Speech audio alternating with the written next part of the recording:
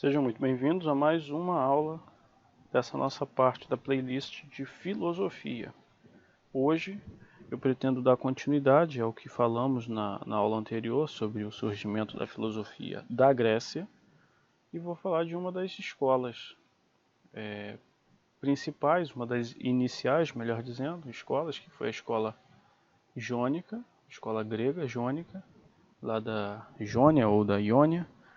E também vou falar sobre Tales de Mileto, que é o fundador desse tipo de pensamento. Para não ficar uma aula muito curtinha, então eu pretendo falar das duas coisas. Então, qual o surgimento da escola jônica? Ela surge entre os séculos 6 e 5 a.C., no período que a gente chama da filosofia, o período arcaico, e ela era localizada em Mileto, uma região aqui da Jônia. Eu trouxe um mapinha aqui. Essa parte aqui hoje pertence à Turquia. E aqui na Jônia, aqui é a região da Jônia, onde ocorre a escola jônica, tem ali a cidade de Mileto. Eu acho que eu tenho até o mapinha no material que eu fiz de Tales, mostrando direitinho onde é que fica Mileto, nessa região da Jônia. E qual que era a ideia que surgiu primeiro nessa escola, né? Qual que era o pensamento? As ideias, elas funcionavam basicamente buscando a origem de todas as coisas a partir do pensamento. Houve um afastamento da ideia do misticismo, daquela religiosidade. Eles buscavam o pensamento, uma racionalidade. O uso de constatações racionais, que tem tudo a ver com a ideia de usar o pensamento, a identificação dos elementos fundamentais para a natureza. Então eles chegaram à conclusão desses 4 elementos que eram fundamentais. Cada filósofo vai falar sobre um elemento específico. A gente vai ter o Tales e o Anaximandro falando de uma certa forma, o Anaxímenes de outra. Isso eu vou abordar no material de cada um deles. Eles foram chamados de cosmologistas ou de fisicalistas. É bem comum essas denominações dos filósofos dessa escola. Eles acreditavam que toda matéria tinha algo em comum, algo que era inalterável. Foram os primeiros a utilizarem dessa racionalidade em oposição à religião ou à mitologia. Uma ideia de não se bastar mais a explicação por meios mitológicos, por fábulas, mas a utilização da racionalidade, do pensamento, para buscar entender o sentido das coisas, entender a origem de todas as coisas. E eles foram considerados os primeiros filósofos dessa tradição ocidental, aqui na Grécia. Lembrando que nesse período, essa parte aqui da Jônia pertencia à Grécia, a Grécia que a gente chama de Grécia Oriental. E os filósofos de maior destaque nessa época, eu trouxe o nome de alguns aqui, os mais importantes: o Tales, o Anaximandro, o Anaxímenes, aqui faltou um acento, o Heráclito, o Anaxágoras, Arquelau e o Diógenes de Apolônia. É uma introdução bem simples a essa escola jônica. Eu vou aproveitar a aula de um modo geral, ela vai ser mais simples mesmo. E eu trouxe aqui o material do Tales, para entendermos quem foi esse pensador, esse filósofo grego, Tales de Mileto. Tales de Mileto, ou aqui em grego, né, Tales o Milícios. A biografia dele: ele nasceu em Mileto, e aqui mostra no mapinha, nessa região que nós falamos aqui, da Jônia. Mileto é uma cidadezinha bem aqui na costa dela. Então ele nasceu aqui, que hoje é a atual Turquia, e ele viveu entre ali o século 7 e o século 6. Ele nasceu entre 624 e 623 a.C., no finalzinho ali do século 7. À época, Mileto era uma colônia grega na região da Jônia. Ele foi filósofo, matemático e astrônomo. É muito comum que os pensadores dessa época eles se dispusessem a estudar várias do que chamamos hoje ciências. Tudo era meio que incorporado ao à filosofia ou a esse desejo do conhecimento, o amor ao saber. Ele iniciou a vida como mercador, esteve no Egito e na Babilônia, que ele aprimorou os conhecimentos matemáticos e astronômicos, que era uma região já fértil nesse tipo de conhecimento. E a história conta que ele desempenhou algumas funções políticas em sua cidade, Mileto. Ele não deixou manuscritos aqui na parte de obras, né? Nem estudos de sua própria autoria. Ele é conhecido pelos relatos de Aristóteles, principalmente em Metafísica e sobre a Alma, e Heródoto. Quando eu estiver falando sobre Aristóteles, é claro, quando eu estiver trazendo esses filósofos que tiveram obras que ficaram para a posteridade, nós vamos analisar essas obras no que couber especificamente seus pensamentos. O Aristóteles, que foi um pensador que ele fez uma catalogação extremamente longa e é importantíssimo para a história da filosofia, mas o Tales em si não deixou nada escrito.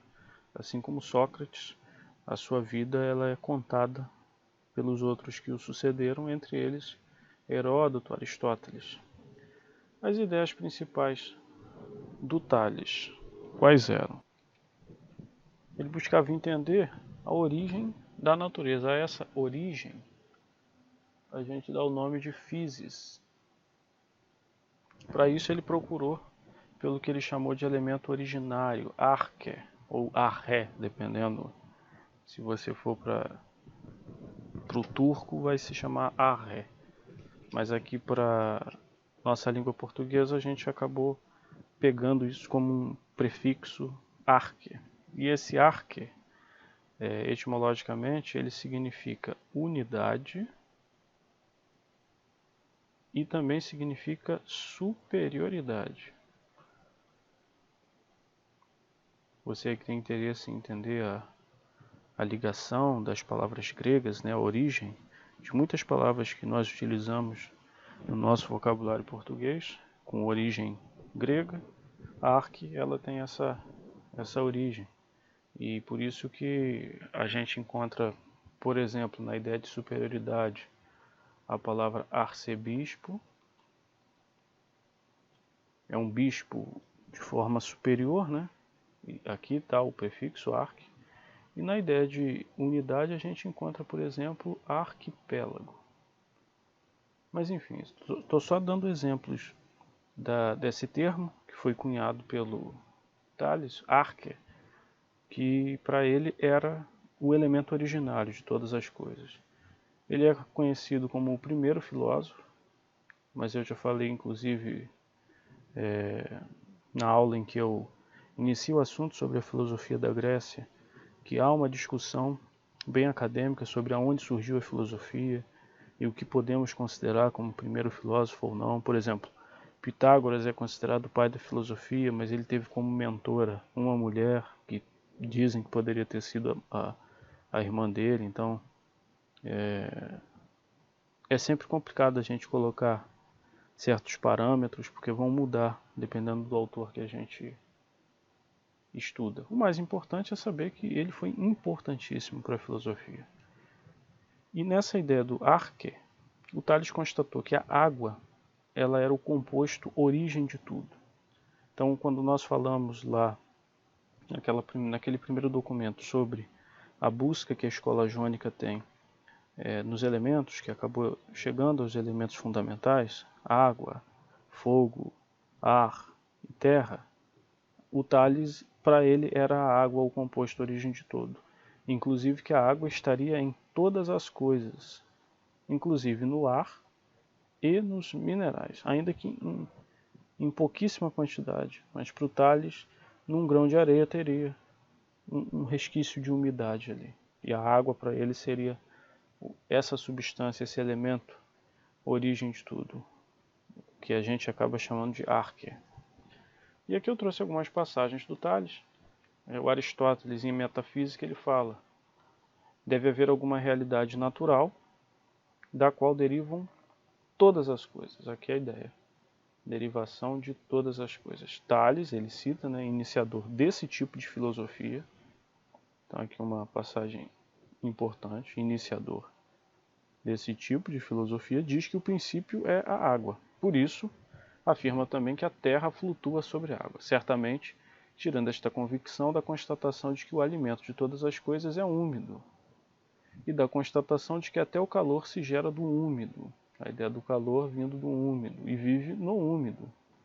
Ele tirou, pois, essa convicção desse fato e também do fato de que as sementes de todas as coisas têm uma natureza úmida, sendo a água o princípio da natureza das coisas úmidas. É bem interessante perceber de onde que o Tales pode ter tirado a inspiração para esses pensamentos, já que quando fala que o alimento de todas as coisas é úmido, certamente baseia-se na ideia de que uma semente sem a umidade ela não germina.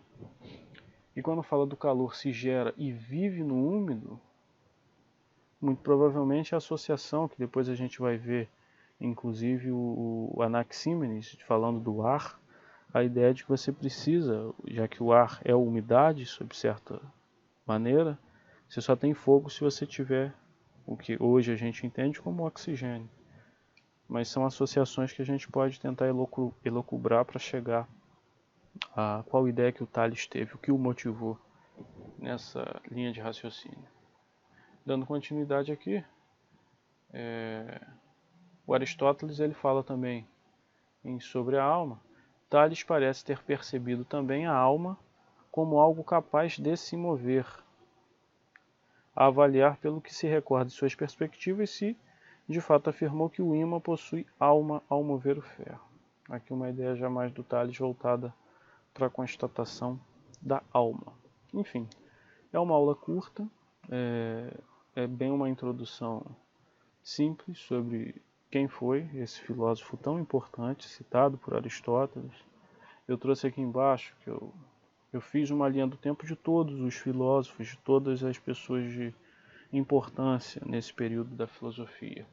E eu vou procurar sempre que eu trouxer algum autor ou autora da parte de filosofia, trazer uma linha cronológica para que a gente se oriente. Então o Tales, ele está aqui como inicial nessa linha cronológica, ele nasce aqui em 624, vai morrer aqui por volta de 540, e ele é contemporâneo, pelo menos no final da vida dele, ele acaba pegando todas essas pessoas aqui. Certamente ele convive ou tem acesso ao Anaximandro, Ferécides, Anaxímenes, Pitágoras aí eu já não sei dizer, porque certamente era muito novo, Xenófanes, o Hipon de Régio, esses aqui talvez fossem muito tenros ainda.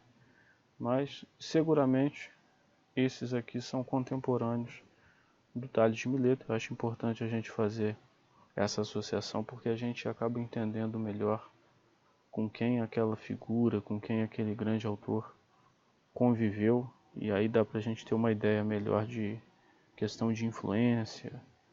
É muito importante. É importante, por exemplo, perceber que um outro nome importante, Sócrates, por exemplo, ele nasce já aqui no século V, então praticamente 100 anos depois da morte do Tales de Mileto. Então, se seguramente ele foi influenciado por alguma ideia, certamente ele não teve contato, ele não foi contemporâneo. Eu vou procurar sempre trazer essa linha do tempo. É claro que conforme nós formos avançando nos pensadores, nós vamos levar essa linha do tempo mais para frente e até aos nomes mais famosos, Platão, Aristóteles e assim sucessivamente. Eu espero que vocês tenham gostado. Eu encerro a aula por aqui, é uma aula bem curtinha, mas dá uma pincelada bem breve sobre quem foi essa figura tão importante lá nascido em Mileto e ou o principal fundador da escola jônica.